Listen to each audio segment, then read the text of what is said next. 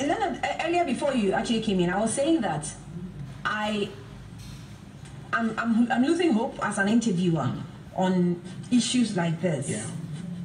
Concerning child labor, because as we go and as we grow as a country, the issue gets worse. The problem gets worse. I don't know if I'm just speculating or that is a fact. Is it a fact? Yeah, so I mean, it's a fact that there is an increasing level of child exploitation in the country. But notwithstanding that, there is that high level of commitment from government to actually deal with this issue. And for me, that gives me a lot of hope.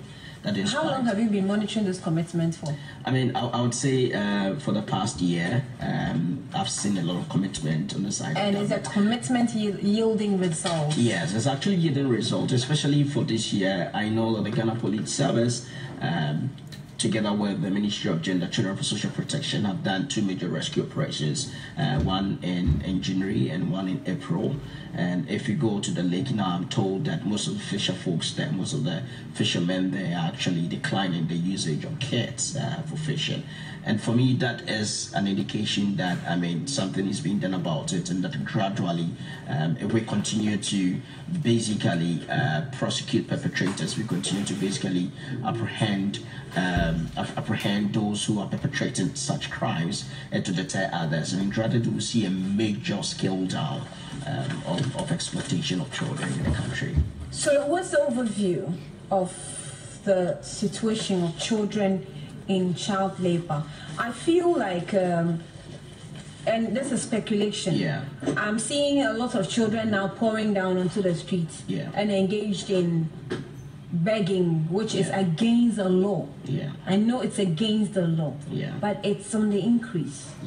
So I mean, the situation is quite alarming. I mean, it's very alarming because statistics that were revealed, I mean, even yesterday, indicated that about 2 million, nearly 2 million Ghanaian children are engaged in child labor, and that is worrying. I mean, that should give us a lot of room. Does that include those on the street? Yes, it includes those on the street. But to be specific on the Volta Lake, there are nearly about 50,000 Ghanaian children used or enslaved on the Volta Lake and being exploited for the activities of fishing. 50,000? 50,000, on the Volta Lake alone. And our own organization, International Justice Mission, per our own study that we conducted, out of 800 kids we observed on the Volta Lake, we realized that about 60 of them actually, about 60% of these kids were actually either trafficked into forced child labor. And most of them are trafficked with just a pittance. I mean, some of these boat masters travel to the coastal communities like Ningo Pram, like Anamabo, like Bochiano, like Winneba, like Ada. These boat masters go there and just pay a pittance to their parents and guardians. Another guys are taking them to school, another guys are supporting them regards to the livelihoods, and sometimes they pay as low as 200 cedis to take their kids onto the lake to work with them and exploit them.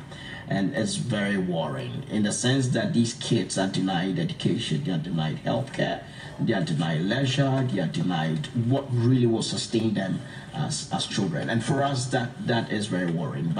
But there is a lot we can do, and there is much more that together, I mean, it requires the effort of every Ghanaian to end this menace. So the children that are taking from their parents, or whatever percent paid to their parents, is it a situation where the parents know what the children are going to be used for, or they simply don't know?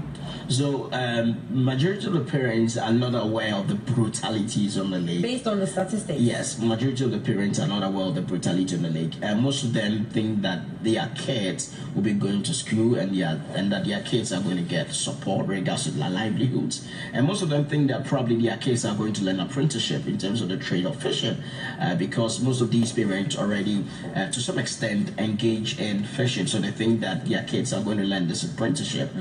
So most of them are not aware of the brutality, and that is what basically makes them to give out their children for the purposes of getting some pittance or getting some money to take care of the other kids that they may have, or probably thinking that this person that is coming for their child is going to support their child with their education and their livelihoods.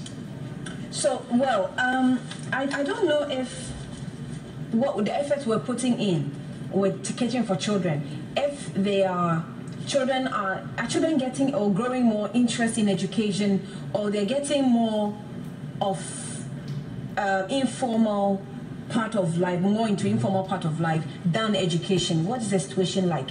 So, I mean, per my own personal observation interactions with most of the children in the league, it's very clear that most of these children would love to go to school.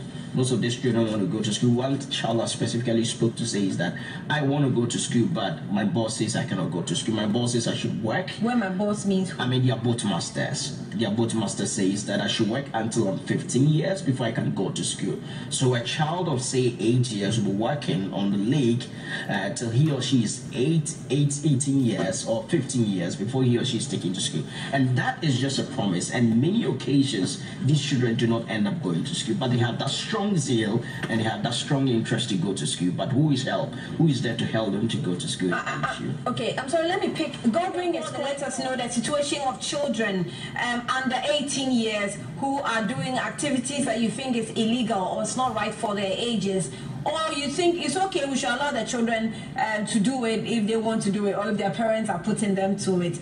I'll come back to you. Are we saying, from what the caller is saying, are we saying that a greater percentage of these children are used at the coastal areas? Yeah, so a greater of them are used the coastal areas, but most importantly on the Volta Lake. You know, the Volta Lake is so huge. It's so vast. I mean, it will take you, weeks to travel from one end to the other end of the Volta Lake. So vast, and it's such that most of these boat masters or the fishermen, when they use these kids for fishing, most of these kids go through a number of brutality. They suffer and face a lot of brutality. Sometimes they beat them with a paddle, and some of the work that these kids engage in is that sometimes they build water from the canoe. You see some of these kids paddling. You see some of these kids diving into the water, which some of us, just like largest, and some of them even drown because some of them have not mastered the skills and ability to actually swim in the water. And you know, on the Volta Lake, the other horrifying part is that there are tree stumps on the Volta Lake. And just recently, I spoke to a young boy who dived into the Volta Lake. Unknown to him, there was a tree stump in the Volta Lake, and it stabbed his part of his body. And now that boy is dealing with that wound as we speak now. But where is the health care for him? Where is the support for him? Where is the assistance for him? This is not there. And a boy as young as 12 years had to go through this on a daily basis. So the brutality is so glaring and it's so worrying. And that is why we think that it is possible to end this, and we must give these children the justice they need. All right, call 05013181154. Yesterday I was telling a friend that being rich and taking care of yourself and being comfortable is not enough, because there are too many problems in the world. You can never get rich. Never. Even those who think they are rich, you're not rich. I mean, that one is true. You're not rich. You need, I don't know. I am getting emotional with you, just the story you just gave. Yeah. I mean, it's rather bad. So, this particular child, are the parents aware of what he did? The parents are not aware, because the parents are on the coastal community and he lives with his boat master. And so they actually go to live with the boat master? Yes, they go to live with the boat master. Coast. Yeah, so there is often a sense of trafficking. There is often an act of trafficking where these children are trafficked from communities along the coast and sent to communities along the Volta Lake. So there is a disconnection. It's a local human trafficking. Yeah, national trafficking within the country, and that's what happens. So most of them, their parents are not aware of the brutality their kids go through. I mean, and that's quite worrying, because most of the parents think that, well, their kids are receiving education or their kids are being catered for appropriately or how they deserve it, but unfortunately most of these kids are not getting it. I mean, you can imagine a kid as young as 7 years old waking up as early as 2 a.m. to go for fishing, and this kid will return as late as 2 p.m., as late as 4 p.m. And this child will be on the lake from that 2 a.m. to that time. And sometimes they'll be sleeping and their boat master will go and wake them up and say, hey, let's go for fishing. They go at night. Yeah, they go at night. And if you don't go, they'll beat you for it. They'll beat you. They'll beat you because, I mean, you're like a slave. That's what actually it looks like. I mean, most of them are enslaved. So, I mean, a child is so vulnerable. I mean, once you start beating a child, all he or she needs to do is to jump into it and just do what the master wants him or she to do. And for us, that's quite gross. So what the police is not aware? So I mean, that's why I said that there's so much commitment from the government, and if you recall the statement by His Excellency the President during the May Day celebration event, the President made a strong political commitment towards it, and we've seen that being demonstrated. Like I mentioned, the Ghana Police Service, together with the Ministry of Gender, Children and Social Protection, rescued some kids in January. They also rescued some kids in April, and all these perpetrators, those that were apprehended, are actually currently being tried. Most of them the cases are being investigated, others are currently being tried. So there's so much commitment. Has anybody been jailed for those before? Yes, there has been a jail sentence for some of the traffickers. How often is it jail sentence? So not very often, and that's what we want to see more, because these kids if the practice is often, why is it that jail sentence not often? Well, you know that our court system. What's the challenge? You know that our court system, sometimes it takes time for trials to happen, and that is all of us. That is all of us must actually put our hands on deck, and that is why it requires an action from every Ghanaian. Do they sometimes lack evidence, or the dockets get missing, or what exactly is the problem? Why can't we have regular jailing terms for offenders? So at this point, it's difficult to actually pinpoint the loopholes, but I mean, one of the things that we must do is to find out from the judicial system, is to find out from the Attorney General system. I know that they are committed to this issue, but they have their own peculiar challenges, and that is why we must support them to deliver the necessary result we want to see.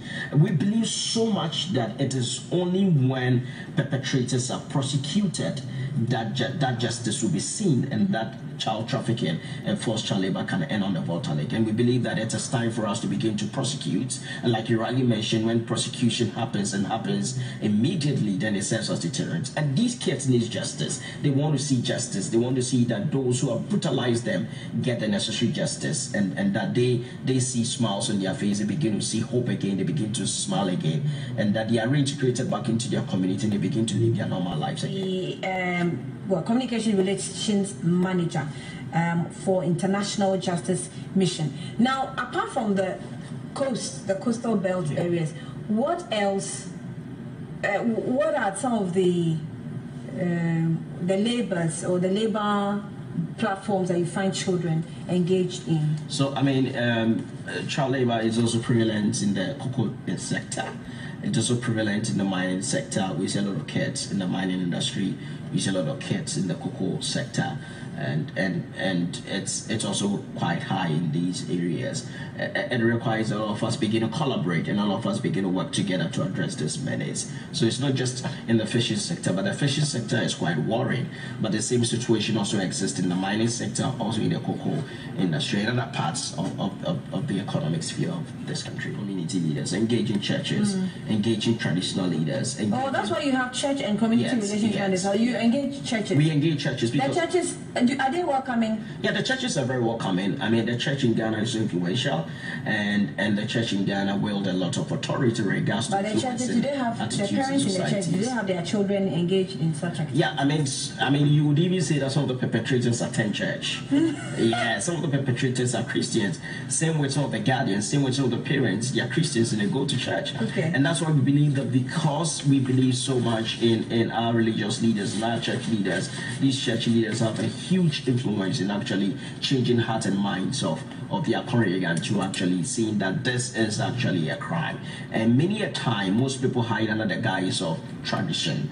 That, I mean, I grew up, farming. I grew up helping my parents with their farm activities. So most people hide under this traditional sort of thing to say that, yes, it is part of our culture, but this is a crime. You can't say it's part of our culture when you are depriving the child of his or her dignity.